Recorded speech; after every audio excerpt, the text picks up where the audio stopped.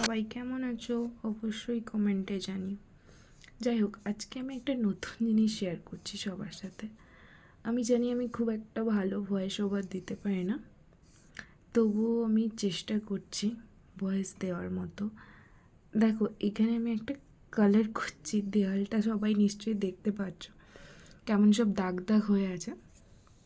তো ওই দাগগুলো ঢাকানোর জন্যই আমি এই কাজটা করছি। ফার্স্টে ভেবেছিলাম আমি একটুখানি স্টিকার আনবো, ওয়াল স্টিকার, বাট দেন আমি ভাবলাম কেন মিচ্ছামিছি খরচ করব, বেটার এটা তো আর আমার নিজের বাড়ি নয় না, যেহেতু বাইরে থাকি, একটা রেন্টাল রুম, আমি যাই না আর কাকা কি বলবে আমাকে বাড়ির ওনার।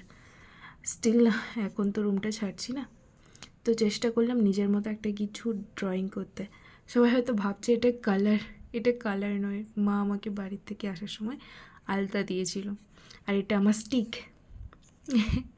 আমি এটাতে তুলো জড়িয়ে মোটামুটি স্টিক মতো একটা বানিয়েছি, বিকজ আমি ইয়ারবাডগুলো খুঁজে পাচ্ছিলাম না, পাইনি এখনও। স্টিল আমি জানি না রুম গোছানোর সময় আমি যে কোথায় রেখেছি, তো স্টিল আমি পাইনি। মোটামুটি একটা ড্রয়িং আঁকার চেষ্টা করছি। সবাই ভালো লাগলে একটু লাইক করে দিও, থ্যাংক ইউ।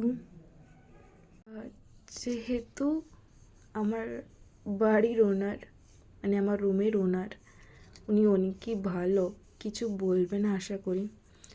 আর যদিও বলেও বা, উনি তো অ্যাডভান্স থেকে টাকাটা কাটবে না, তো অসুবিধে কিছুই হবে না, ওনারা আবার রং করাবেন। আর যেহেতু এটা আলতা রং, তো আশা করি উঠে যাবে।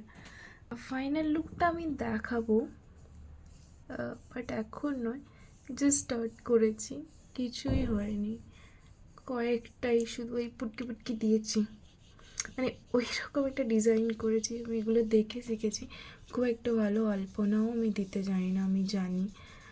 তো বাড়িতে আমার পিসিমণির কাছ থেকে আমি মোটামুটি দেখে শিখেছি যেগুলো, ওটাই করার চেষ্টা করছি।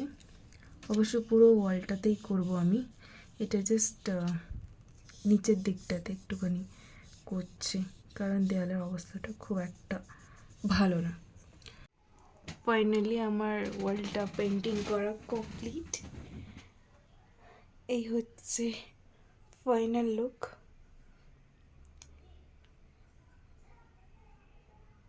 সবাই কমেন্টে জানিও কেমন হয়েছে। আমি জানি বাচ্চাদের মতো ড্রয়িং করেছি আমি, জাস্ট এমনি শুধু চেঞ্জ করার জন্য। Thank you.